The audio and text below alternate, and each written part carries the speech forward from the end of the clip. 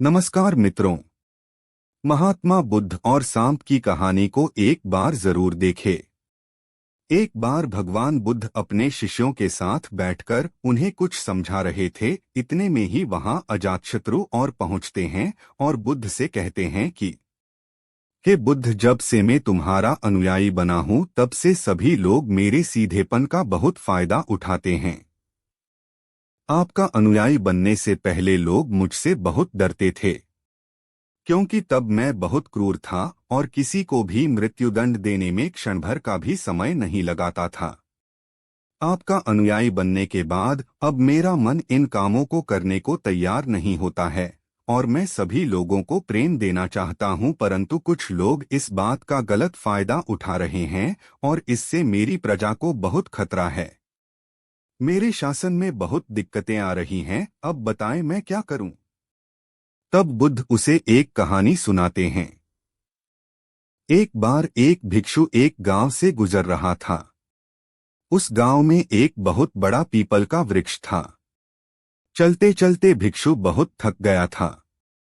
उसने सोचा कि उस वृक्ष के नीचे थोड़ा आराम कर लिया जाए। वह वहां पहुंचा ही था कि कुछ लोग उसे रोक देते हैं और भिक्षु से कहते हैं कि वहां एक बहुत जहरीला सांप रहता है। उसने बहुत से लोगों को डस लिया है। वह इतना खतरनाक है कि जो भी उसके सामने आता है वह उसे जिंदा नहीं छोड़ता। भिक्षु मुस्कुराता है और कहता है, एक दिन तो सभी को मरना है। अगर मुझे आज ही मरना होगा तो इसमें कौन सी बड़ी बात है। आप मेरी जरा भी चिंता ना करें और मुझे आज्ञा दें।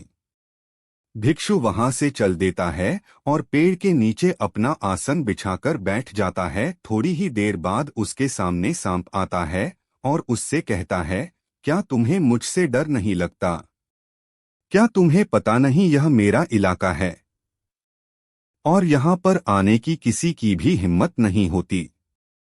तब भिक्षु उसे बहुत ही प्रेम के साथ कहता है, इसमें डर वाली कौन सी बात है? तुम जो भी करते हो वह इसलिए करते हो क्योंकि तुम्हें डर है कि कोई तुम्हें मार ना दे, इसीलिए तुम दूसरे को डरते हो। मुझे किसी बात का डर नहीं, ना ही मुझे मृत्यु का डर है और ना ही जीवन की लालसा है। कोई मुझे नुकसान पहुंचा ही नहीं सकता तो फिर मैं क्यों डरूं? सांप को यह सुनकर बहुत गहरा आघात पहुंचता है। उसने आज तक ऐसे व्यक्ति देखे जो उससे डरकर भागते थे। उसने आज तक ऐसा कोई भी व्यक्ति नहीं देखा था जो उससे नहीं डरे। भिक्षु की इतनी बातें सुन सांप उनके के चरणों में लेट जाता है और उनसे कहता है, आज तक मैंने जो भी किया अपनी जान बचाने के लिए किया, क्योंकि अगर मैं इस तरह का रूप धारण नहीं करता तो लोग मुझे जिंदा नहीं छोड़ते। तब भिक्षु उससे कहता है, तुम एकदम सही कह रहे हो, लेकिन अगर तुम इस मोह से मुक्त होना चाहते हो तो एकदम शांत हो जाओ, प्रेम से भर जाओ और यह जानो कि एक दिन जीवन समाप्त हो ही जाएगा। उसके लिए बुरे कर्म करने की कोई आवश्यकता नहीं है।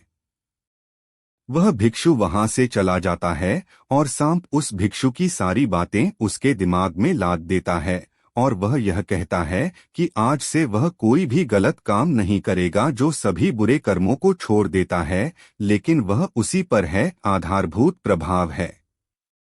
जो लोग उसे पहले देखकर भागते थे अब उसके सीधेपन का गलत उपयोग करने लगे। अब सब लोग उसे छेड़ते, चोट पहुंचाते। अब सांवले को बहुत दुख हुआ और बहुत अधिक चोट लगी। अब उसके शरीर पर बहुत से चोट के निशान बने हुए हैं, क्योंकि अब वह उन लोगों तक नहीं पहुंच पाया है और सभी लोगों के साथ प्यार से रहने की कोशिश कर रहा है। लेकिन लोगों में से जो भी उसे डराता है वह उसे सुरक्षित रखता है। कुछ दिन बाद वह साधु फिर उसी पेड़ के नीचे आता है और वहां अपना आसन जमाकर बैठ जाता है और उस सांप को देखकर बड़ा आश्चर्य होता है कि पहले सर्प की क्या स्थिति थी, लेकिन अब सर्प की क्या स्थिति हो गई और वह वही है। सांप के लिए बहुत चिंता की बात भी होती है। भिक्षु को देखकर सांप कहता है, हे साधु, जब से तुमने मुझसे कहा था कि मैं शांत हो जाऊं और प्रेम को अपनाऊं, तब से लोगों ने मुझसे बहुत गलत व्यवहार करना शुरू कर दिया है, जिससे मुझे जीवन में बहुत आराम मिल रहा है। अब तुम्हें ही मुझे क्या करना चाहिए? भिक्षु से कहते हैं। उसके मित्र ने संकेत दिया कि यह नहीं कहा गया था कि तुम अपने स्वभाव को ही बदल लो, तुम एक और आदर्श हो। यदि तुम सांस्कृतिक नहीं रहोगे तो लोग संघर्ष समाप्त कर देंगे, लेकिन इसका मतलब यह नहीं है कि जो उद्देश्य उसे दिया गया है उसमें कोई दम नहीं है।